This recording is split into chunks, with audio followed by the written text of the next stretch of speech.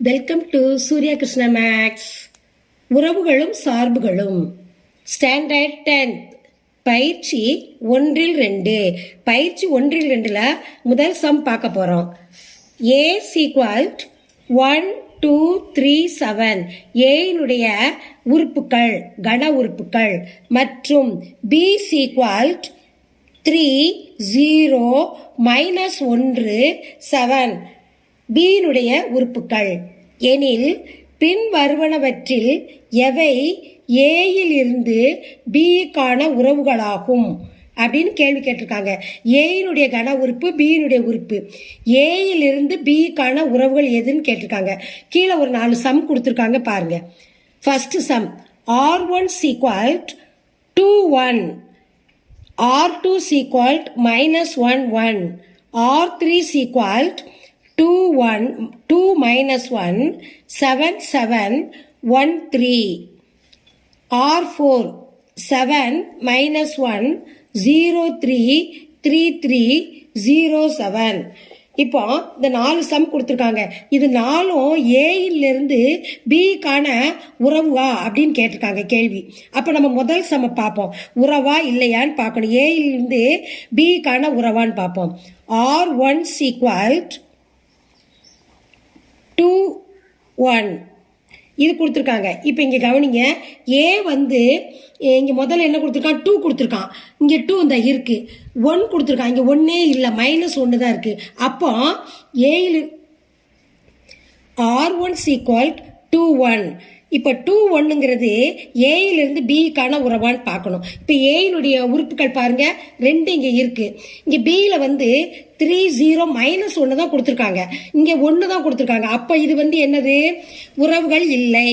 அப்போ இதனுடைய R1 இது உறுப்பு இல்லை. A × B = உறவு இல்லை. ஏன் உறவு இல்லை? இது வந்து 2 1 இருக்கு. இங்க ஏல வந்து 2 இருக்கு, பில 1 இல்ல, -1 தான் இருக்கு. அதனால A × ஏலிருந்து பிக்கான உறவு இல்லை. உறவு இல்லைங்கிறது தான் இந்த உறுப்பு மேல கோடு போட்டிருக்கு, இல்லைங்கிறதுக்கு. செகண்ட் சம் R2 என்ன கொடுத்துருக்காங்க? -1 1 கொடுத்துருக்காங்க. இங்க பாருங்க, இங்க -1 1 கொடுத்துருக்காங்களா? இந்த 1 ஆறு பாருங்க. ஏனுடைய உறுப்பு வந்து -1 இல்லை. இங்கே ஃபர்ஸ்ட் -1 கொடுத்துருக்காங்க. செகண்ட் வந்து 1 இங்கே -1 இருக்கு. அப்போ மாறி கொடுத்துருக்காங்க. அப்போ இதுவும் உறவு இல்லை. இப்போ இந்த 1 இந்த பக்கம் கொடுத்துக்கிட்டு -1 கொடுத்தா உறவாகும். இங்கே -1 1 வந்து ஏனுடைய உறுப்பு வந்து 1 இல்லை, -1. பியினுடைய உறுப்பு -1 தான் இருக்கு. அப்போ இதுவும் உறுப்பு A × B உறவு இல்லை. செகண்ட் சம்மும் உறவு கிடையாது. ஏன்னா ஏயிலிருந்து பிக்கான உறவு இல்லை. அடுத்து தேர்ட் சம். அவங்க என்ன கொடுத்துருக்காங்க நல்லா கவனிங்க. அவங்க கொடுத்துருக்க வச்சு நம்ம கண்டுபிடிக்கணும். இப்போ R3 வந்து கவனிங்க, 2 -1 இங்கே 2 கொடுத்துருக்காங்க. ஏனுடைய உறுப்பு 2 கொடுத்துருக்காங்க. இங்கே -1 கொடுத்துருக்காங்க. அப்போ கரெக்டு. அடுத்து கவனிங்க, 7 7 இங்கே 7 இருக்கு. ஏனுடைய உறுப்பு 7 கொடுத்துட்டாச்சு. இங்கே 7 கொடுத்துருக்காங்க. அப்போ 7 7 உறவு. 1 3 இங்கே 1 தான் இருக்கு பாருங்க. ஏனுடைய உறுப்பு 1 இருக்கு, இங்கே 3 இருக்கு. அப்போ ஏயிலிருந்து பிக்கான உறவு ஆகும்.